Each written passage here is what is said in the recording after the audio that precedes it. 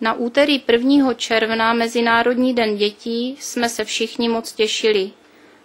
Nastalo stěhování obecní knihovny. Tomuto dni předcházela spousta příprav, kdy byly knihy svázány do balíčků a poté byly převáženy do prostor nové knihovny. První zmínky o knihovně se objevují již v roce 1897, kdy byl v Ořechově čtenářsko-divadelní spolek Komenský a z roku 1925 se dochoval tištěný knihovní řád obecní knihovny v Ořechově, který vydala tehdejší knihovní rada. Nynější obec Ořechov vznikla v roce 1945 sloučením 3 samostatných obcí a každá obec měla také svou knihovnu. V Ořechovičkách a v Tikovicích sídlily knihovny v obecních domech a v Ořechově byla knihovna umístěna v Sokolovně. Po sloučení obcí byly sloučeny i knihovny a postupně se stěhovaly na různá místa v obci, například na tělocvičnu základní školy nebo do místnosti nad kadeřnictvím. Největšího rozmachu se knihovna dožila na začátku 90. let, kdy byla umístěna do vybavených prostor po zrušené síni tradic. Bohužel tyto prostory po několika letech musela knihovna uvolnit lékárně a byla přestěhována do jedné malé místnosti v téže budově. Po více než 10 letech se hledalo řešení, jak zkulturnit místo, které slouží již nejen pro vypůjčování knih a časopisů, ale díky internetové vybavenosti zde nachází zázemí také žáci základní školy, vypracovávají zde referáty potřebné ke školní výuce nebo tu tráví volný čas v knihovnickém kroužku. Starosta obce Josef Brabenec prosadil záměr vybudovat novou knihovnu v bývalé speciální škole a od myšlenky k realizaci již nebylo daleko. Současně s jinými stavebními úpravami ve staré škole byly od ledna tohoto roku upravovány i prostory pro větší knihovnu. Projekt byl vypracován v březnu a ke konci května již bylo vše připraveno k nastěhování.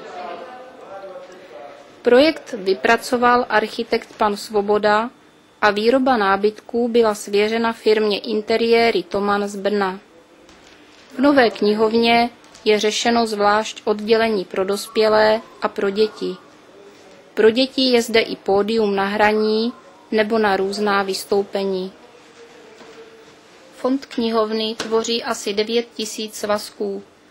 Uživatelům jsou poskytovány služby výpůjční a informační služby a od roku 2001 je přístupný i veřejný internet. Knihovna odebírá asi 12 titulů časopisů. Vzhledem k omezeným prostředkům na nákup literatury využívá Ořechovská knihovna možnosti získat knihy z výměnného fondu Střediskové knihovny v Modřicích. Provoz knihovny je financován z rozpočtu obce a Jihomoravského kraje. A je tu den D. Starosta obce přišel s návrhem netradičního stěhování knihovny pomocí vytvořeného lidského řetězu. Malým problémem bylo, kde vzít dostatek lidí, dobrovolníků, kteří by vyplnili téměř 1 kilometr dlouhou trasu od staré knihovny k nové. Situaci vyřešili děti z Ořechovské základní školy a děti ze speciální školy v Želešicích a dále občané Ořechova. Pan Bořivoj Urbanovský si nachystal střelný prach, naládoval dělo a když odbyla 9. hodina na kostelní věži, starosta obce odpálil začátek stěhování.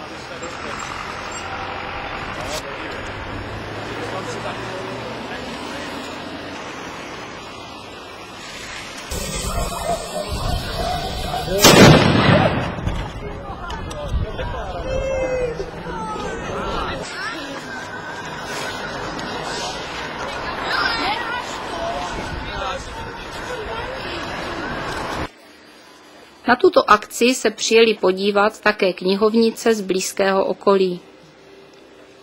Zajímavostí je, že v dřívějších dobách knihovnickou funkci vykonávali učitelé. Nejdéle tuto funkci vykonával pan učitel Petr Valehrach. Později v knihovně působily paní učitelky Eliška Krejčířová a Olga Frantová. Po organizační stránce patřila knihovna od 60. let mezi knihovny okresu Brno-Venkov. V letech 1990 až 2002 byla pobočkou okresní knihovny Brno-Venkov v Židlochovicích.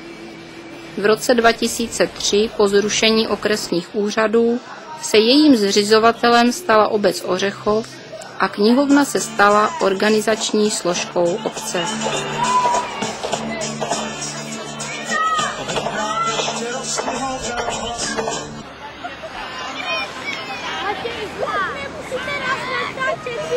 U nové knihovny na Komenského 4 stáli prvňáčci a netrpělivě očekávali příchod první knihy Tři mušketýři.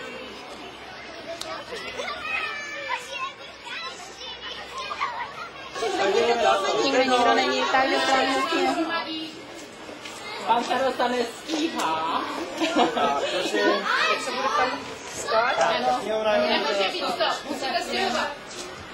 A pak už byli přítomní vyzvaní, aby si novou knihovnu prohlédli.